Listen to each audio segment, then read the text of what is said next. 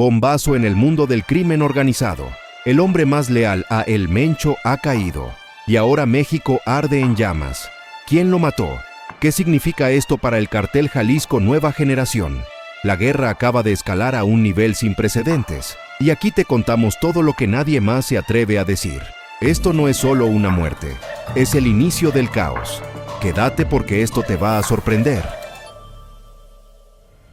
La música seguía sonando en el bar Los Cantaritos. El lugar estaba lleno, las luces parpadeaban y la fiesta parecía no tener fin. Era una noche más en Querétaro, una ciudad que hasta hace poco se consideraba segura, alejada del conflicto que azota otras regiones. Pero en cuestión de segundos, todo cambió. Un grupo de hombres entró con precisión calculada, sin levantar sospechas, con la mirada fija en su objetivo. Cuando el estruendo de los disparos terminó, entre los cuerpos en el suelo yacía Fernando González Núñez, mejor conocido como La Flaca. Su historia no era como la de cualquier persona. Con solo 31 años, había construido un imperio dentro del cártel Jalisco Nueva Generación. Mientras su líder mantenía un perfil bajo, él se había convertido en una figura pública dentro del bajo mundo, exhibiendo su vida de lujo en redes sociales como si fuera una celebridad.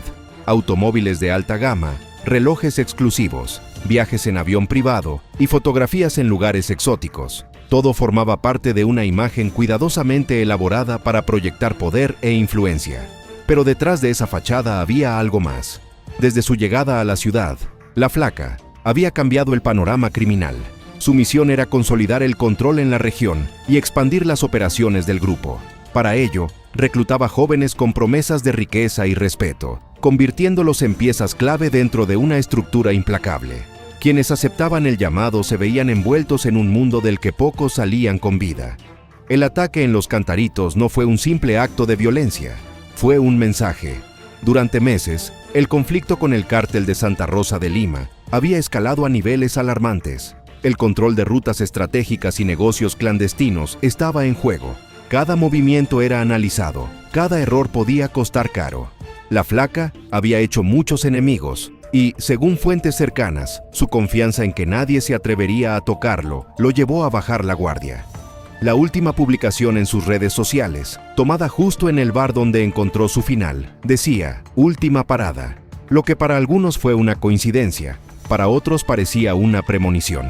Minutos después, la seguridad del lugar fue burlada con facilidad. Los atacantes no dudaron, entraron, ejecutaron su misión y desaparecieron en la oscuridad. Fueron menos de 2 minutos, pero el impacto de esa noche sigue resonando hasta hoy. Las autoridades han evitado dar declaraciones concretas sobre los responsables, pero analistas sugieren que este evento desatará una ola de represalias. En varias ciudades del Bajío se han reportado bloqueos y enfrentamientos en los días posteriores. La tensión es palpable, y quienes conocen el funcionamiento de estas organizaciones aseguran que esto es solo el principio.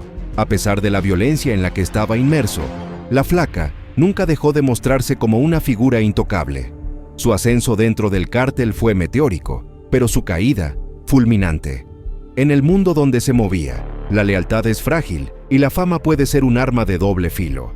Lo que antes le generaba respeto y admiración, también lo convirtió en un blanco fácil. El impacto de su muerte ha alcanzado niveles inesperados. A medida que la historia se difunde, surgen más preguntas sobre lo que vendrá después. ¿Quién ocupará su lugar? ¿Cómo responderá su organización? ¿Es este el inicio de una guerra aún más sangrienta en el centro del país? Mientras tanto, Querétaro, una ciudad que hasta hace poco se mantenía ajena a este tipo de conflictos, ahora enfrenta una realidad distinta. En los últimos días, han aparecido mantas con mensajes que advierten sobre lo que está por venir. Algunos testigos aseguran que hay movimientos inusuales en distintas zonas del estado. Los habitantes, acostumbrados a la tranquilidad, observan con preocupación cómo la sombra de la violencia se extiende sobre su territorio. La caída de La Flaca y la tormenta que se avecina en México. Los ecos de la noche en que La Flaca encontró su final aún resuenan en las calles de Querétaro. Su muerte no solo dejó un vacío en la organización que lideraba en la zona, sino que también desató una tormenta de violencia que ha alcanzado niveles sin precedentes. En los días siguientes, la ciudad, conocida por su tranquilidad, comenzó a sentir los efectos de la guerra silenciosa que se libraba en sus sombras. Los atentados selectivos, las desapariciones y los mensajes de advertencia en puentes y muros ahora forman parte del paisaje cotidiano. Las autoridades, atrapadas entre la presión mediática y la creciente ola de ataques, han mantenido un hermetismo absoluto sobre los responsables. Sin embargo, fuentes cercanas a las investigaciones afirman que el vacío de poder dejado por La Flaca abrió la puerta a una brutal disputa interna. Varios nombres han comenzado a sonar como posibles sucesores, pero ninguno ha logrado consolidarse como el nuevo rostro de la organización. Mientras tanto, los enemigos externos han aprovechado la oportunidad para debilitar aún más la estructura. El control del mercado ilícito en la región está en juego. Durante años, la extracción y distribución ilegal de combustible ha sido una de las principales fuentes de ingreso de estos grupos. La competencia por estos recursos ha llevado a enfrentamientos cada vez más cruentos. Testigos en localidades cercanas han reportado explosiones en ductos y enfrentamientos armados en zonas estratégicas. Las cifras son alarmantes. En la última semana, más de 40 personas han desaparecido en circunstancias sospechosas y al menos una decena de negocios han cerrado tras recibir amenazas. En una llamada filtrada por fuentes anónimas, uno de los antiguos aliados de La Flaca dejó en claro el mensaje que ahora domina el panorama: o colaboras o enfrentas las consecuencias. Este método de presión, que ha sido utilizado por décadas, sigue siendo la estrategia predilecta para consolidar el control sobre comunidades enteras. En muchos casos, la alternativa a aceptar una oferta no es simplemente perder un negocio, sino la seguridad de una familia entera. Uno de los elementos que hizo a La Flaca tan peligroso no fue solo su capacidad de generar ingresos, sino sus conexiones internacionales. Se sabe que mantenía relaciones con grupos en Centroamérica y Sudamérica, con quienes estableció rutas seguras para el traslado de mercancías y dinero. Estas alianzas no eran con actores menores. Se trataba de organizaciones con entrenamiento especializado, capaces de operar con una precisión que ponía en jaque a las fuerzas de seguridad locales. Las tácticas empleadas por estos grupos han evolucionado. Ya no se trata únicamente de métodos rudimentarios de presión o extorsión. Ahora, cuentan con tecnología avanzada para intervenir comunicaciones, identificar objetivos con exactitud y evitar ser detectados.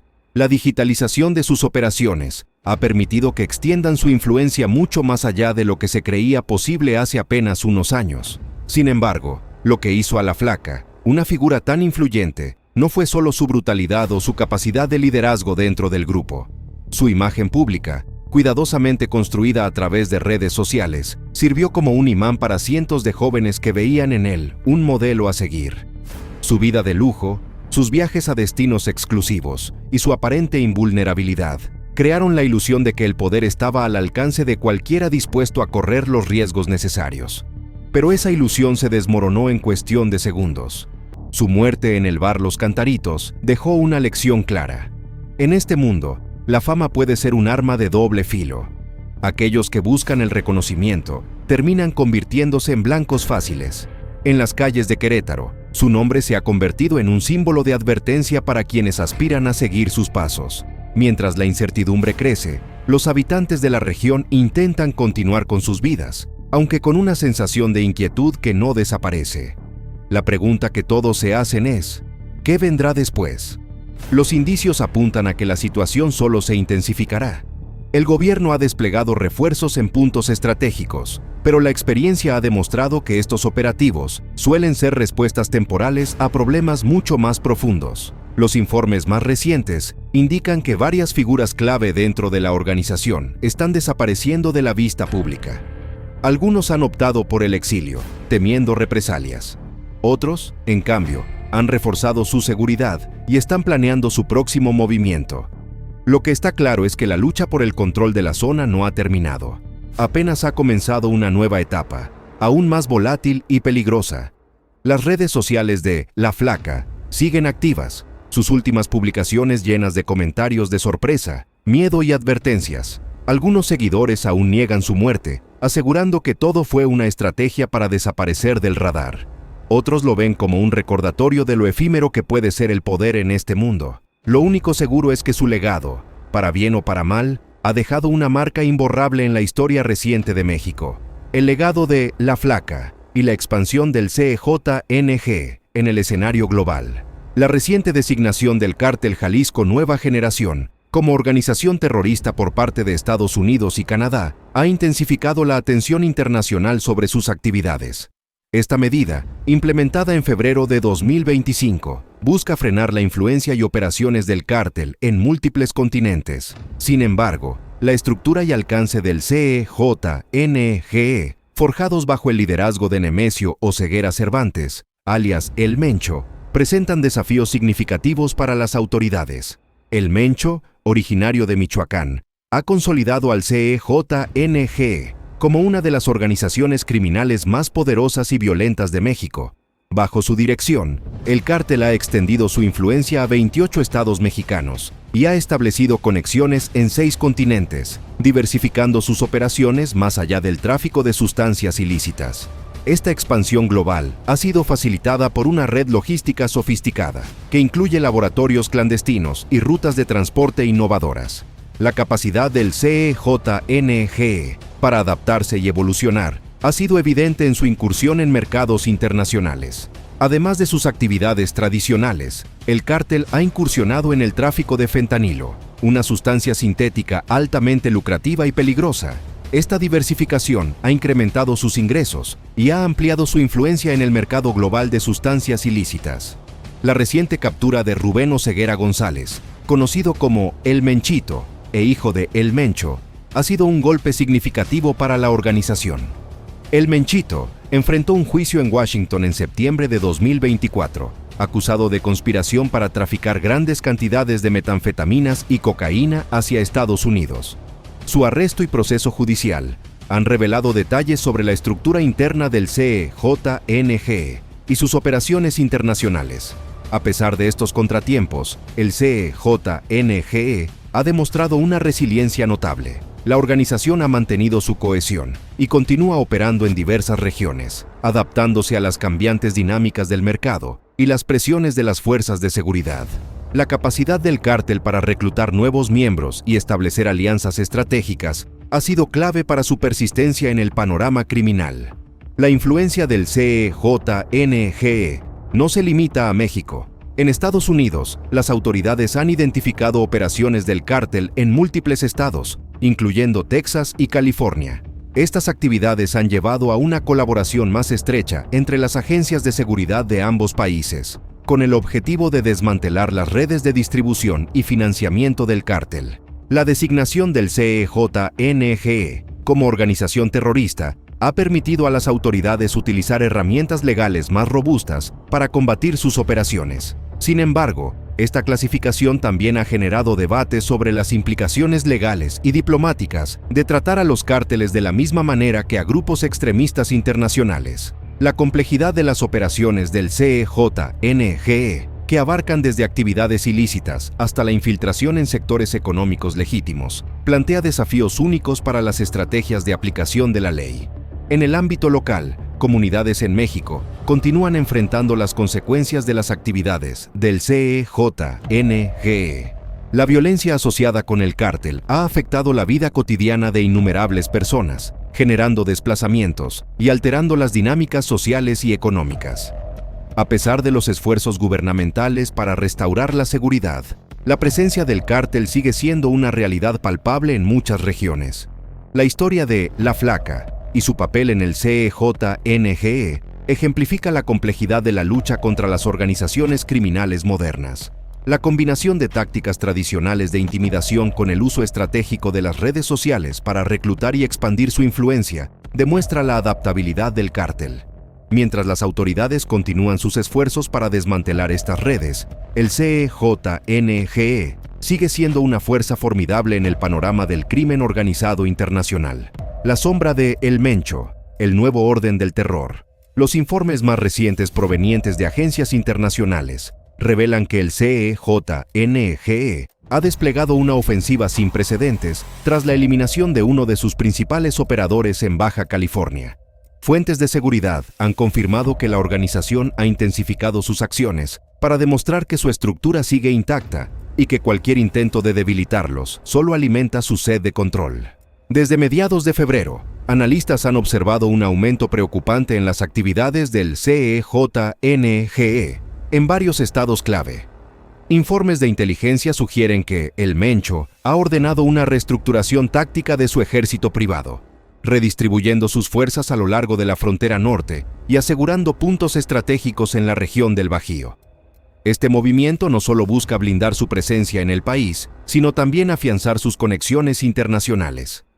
Fuentes cercanas a la investigación indican que en las últimas semanas se ha identificado un crecimiento en el tráfico marítimo sospechoso en el Pacífico, donde embarcaciones con tecnología de sigilo han sido vistas en rutas que conectan América Latina con Asia. Este cambio en la dinámica operativa sugiere que el CEJNGE está fortaleciendo su red de distribución, diversificando sus envíos y evitando las rutas tradicionales que han sido cada vez más monitoreadas. Pero la expansión no se limita al comercio clandestino. En un giro inesperado, células del CEJNGE han comenzado a infiltrarse en sectores económicos formales, utilizando empresas de fachada para lavar capitales y expandir su influencia. Investigaciones recientes revelan que compañías de transporte, construcción y tecnología han servido como tapadera para sus operaciones, permitiéndoles mover recursos sin despertar sospechas inmediatas. En Estados Unidos, la preocupación ha crecido de manera exponencial. Autoridades federales han identificado un patrón alarmante en la costa oeste, donde el CEJNGE ha extendido su alcance a comunidades suburbanas. Lo que antes se limitaba a operaciones clandestinas en centros urbanos, ha evolucionado hacia una presencia más sofisticada y discreta, en vecindarios, donde nadie imaginaría la existencia de conexiones con una organización criminal de esta magnitud. El Mencho, cuya silueta sigue siendo un enigma para las fuerzas del orden, ha perfeccionado el arte de la invisibilidad. Su capacidad para desaparecer de la vista pública, mientras mantiene un control férreo sobre su imperio, lo ha convertido en una figura casi mitológica dentro del mundo criminal. A diferencia de otros líderes que han caído por su exceso de confianza, él sigue operando desde la sombra, dejando tras de sí un rastro de miedo e incertidumbre. Mientras tanto, la respuesta del gobierno mexicano ha sido objeto de intenso debate. Aunque las autoridades han realizado operativos significativos en Michoacán y Jalisco, el impacto real sobre la organización ha sido limitado. La descentralización del CEJNGE ha permitido que, aun con la pérdida de figuras clave, la estructura continúe funcionando sin interrupciones visibles. Recientes filtraciones sugieren que el Mencho ha establecido un nuevo modelo de liderazgo compartido, donde en lugar de un solo heredero, una cúpula de alto rango toma decisiones estratégicas en su nombre. Este sistema no solo dificulta los esfuerzos de captura, sino que también garantiza que el cártel pueda seguir operando incluso en caso de una eventual caída de su líder. En una revelación aún más inquietante, agencias de seguridad han detectado un aumento en el uso de tecnología avanzada por parte del CEJNGE. Drones de largo alcance, equipos de comunicación encriptada y sistemas de inteligencia artificial han sido incorporados a sus operaciones diarias, dándoles una ventaja táctica sobre las fuerzas del orden. Este nivel de sofisticación plantea un desafío sin precedentes para los gobiernos que buscan frenar su expansión. La guerra por el control de los territorios estratégicos continúa intensificándose. En las últimas 72 horas, enfrentamientos en Guerrero y Zacatecas han dejado al descubierto la ferocidad con la que el CEJNGE está dispuesto a defender su dominio. Grupos rivales han intentado disputar estas plazas, pero la respuesta ha sido rápida y letal, con ataques coordinados que demuestran la disciplina y entrenamiento militar de sus combatientes. Los especialistas advierten que la crisis podría escalar aún más en las próximas semanas, ya que los recientes golpes contra el cártel podrían generar represalias de una magnitud sin precedentes. La historia ha demostrado que cada vez que el CEJNGE es desafiado, responde con una fuerza que supera las expectativas. Y esta vez, con su expansión global en marcha, el alcance de su reacción podría trascender las fronteras mexicanas. La máquina de terror que no deja de girar. Mientras el mundo observa, las fronteras entre México y Estados Unidos siguen siendo testigos de un fenómeno que no cesa. La violencia, alimentada por una máquina que convierte la pobreza en capital y la corrupción en poder, sigue arrasando con todo a su paso. Este sistema, tan profundo y eficiente, se ha convertido en un ciclo imparable donde cada muerte, cada nuevo integrante, solo aumenta la fuerza de la máquina. Con el creciente número de operativos contra el cártel, las medidas tomadas por las fuerzas de seguridad parecen estar siendo sobrepasadas por la velocidad y eficiencia de la maquinaria del CEJNG. En las últimas semanas, nuevos informes de inteligencia apuntan a un aumento de las operaciones de lavado de dinero, lo que ha permitido a los carteles mover millones sin levantar sospechas. Desde empresas legítimas hasta operaciones completamente clandestinas, el dinero fluye sin control. Por si fuera poco, ahora los carteles han comenzado a expandir sus redes de reclutamiento hacia las zonas rurales de Estados Unidos. Las tácticas empleadas son cada vez más sofisticadas.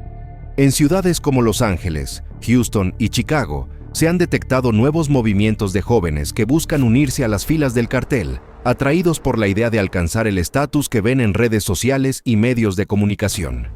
A pesar de los esfuerzos internacionales por frenar su crecimiento, el CEJNG sigue siendo una sombra que se extiende por todo el continente americano. Con un ejército privado bien entrenado, equipado con tecnología de punta y una red de distribución que llega hasta los rincones más remotos, la organización se ha convertido en una verdadera amenaza no solo para México, sino para el hemisferio entero.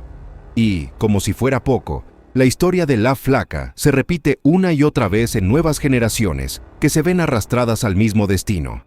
En el mismo sentido, las operaciones de control territorial continúan sin cesar. Las ciudades que alguna vez fueron un refugio para miles de familias, ahora se han convertido en campos de batalla, donde la ley y el orden son conceptos abstractos. Las autoridades locales se ven impotentes ante el poder de fuego y la influencia de los cárteles. Cada intento de restaurar el orden parece solo alimentar el ciclo de violencia. Y mientras la máquina sigue funcionando, las víctimas continúan multiplicándose. Familias enteras desaparecen en un abrir y cerrar de ojos, sin que nadie se atreva a denunciar. Los medios de comunicación son silenciados, y las voces de los afectados quedan ahogadas en el estruendo de una guerra que no parece tener fin. ¿Quién será el siguiente en caer en este ciclo interminable de violencia y sufrimiento? ¿Y qué pasará cuando el último de los carteles tenga su propia guerra por el poder? El ascenso de El Meno, el fuego que consume el norte. Las tierras del norte de México arden mientras los hijos de El Chapo, liderando con puño de hierro, luchan por el control del territorio de Culiacán. La guerra que se desató con la muerte de La Flaca no solo afectó a los rincones más alejados de México, sino que ahora se ha esparcido como un incendio incontrolable que arrastra a todo aquel que se cruce en su camino. En las calles de ciudades como Mazatlán y Culiacán, la violencia ha tomado una nueva forma, más insidiosa y letal que nunca. Mientras tanto, el cártel Jalisco Nueva Generación, conocido por su crueldad y rapidez para eliminar a la competencia, avanza con una fuerza imparable hacia el sur de México. Con cada paso, van dejando atrás una estela de caos y destrucción. Pero hay algo más inquietante: la colisión inminente de estas dos fuerzas. La lucha entre los hijos del Chapo y el CEJNG no es solo una guerra de carteles, es una batalla por la supremacía absoluta en el narcotráfico, un enfrentamiento que ha sido desencadenado por la muerte de un joven, pero que ahora involucra a ejércitos completos de sicarios y recursos infinitos. La guerra ha invadido las montañas, esos mismos lugares donde la ley casi nunca pisa. En medio de ese caos, El Meno, quien ha ascendido en la jerarquía del CEJNG, observa el conflicto. Sabe que el derramamiento de sangre solo juega a su favor. Cada muerte, cada ataque, cada masacre le acerca más a su meta final: el control total de la región. En las semanas recientes, su presencia ha sido sentida con más fuerza que nunca. Los informes de inteligencia revelan que su poder ha crecido exponencialmente, ya no solo a través de la violencia directa, sino mediante la manipulación de los sistemas de seguridad y la compra de lealtades en todos los niveles de la sociedad. Mientras los conflictos entre los carteles se intensifican, el resultado parece inevitable. Los más poderosos siempre terminarán ganando terreno, pero a costa de más y más vidas. El vencedor se alza con mayores recursos, más territorio y, paradójicamente, más enemigos. La guerra no termina, solo se reinicia. Las rutas de distribución, las conexiones en las redes sociales, las alianzas clandestinas, todos se convierten en objetivos cruciales que deben protegerse con aún más sangre. Desde las zonas rurales hasta los centros urbanos, el impacto del conflicto es palpable. Los hogares se vacían, los niños crecen sin comprender lo que sucede, pero sienten el miedo que lo impregna todo. Las familias se ven obligadas a tomar decisiones de vida o muerte en cuestión de segundos. Las escuelas son campos de batalla. Las tiendas se convierten en puestos de control.